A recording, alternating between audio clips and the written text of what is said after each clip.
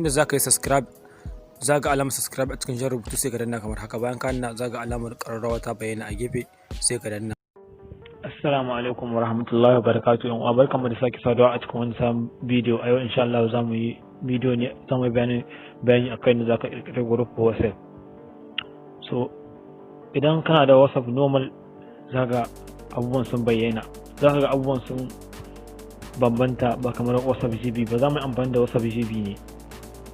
Za ka ƙoƙarin danna wannan ɗigo guda uku daga WhatsApp ɗinka normal kamar haka. Bayan ka danna zai nuna maka new group sai ka danna. Bayan ka danna za ka ɗauki jama'a kamar haka. So gashi yanzu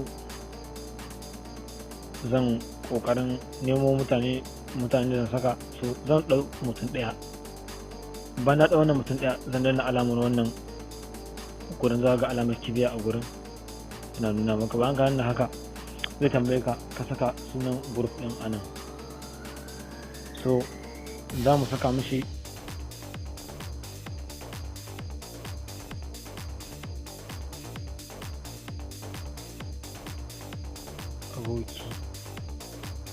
abokina. So kuma mun iya wannan group ne kawai don mu nuna yadda abin yake tafiya. So mun saka abokina kamar haka sai mu danna.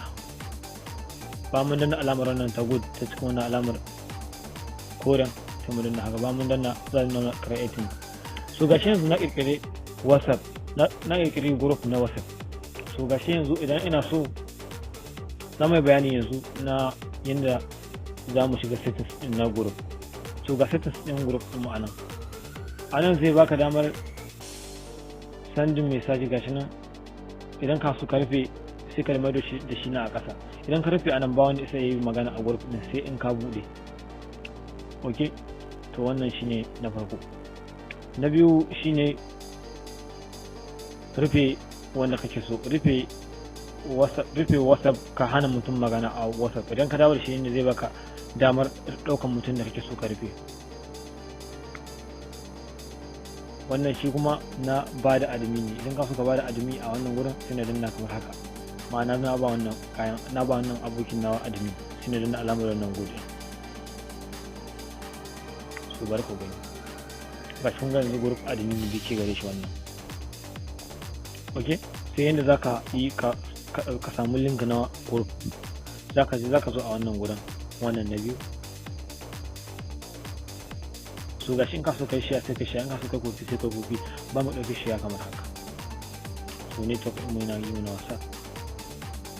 So gaskiya muna da matsalar network. Wannan shine dai wurin daukar link. idan ka danna zai baka damar yin share. Nan kuma wurin adin ne jama'a. gashi idan ka so ka adin din mutum sai ka aga haka, sai ka danna haka kamar haka ba ka kare shi na wannan alama ta good. To shine zai baka damar, shine zai nuna maka cewa kai adin din mutum a group WhatsApp. to wanda ba fahimce ne zai tuntuɓi nan ta kamar haka, ko kuma ka yi min comment a ƙasan bidiyo na. Nagode, mu haɗu a bidiyon mu na gaba.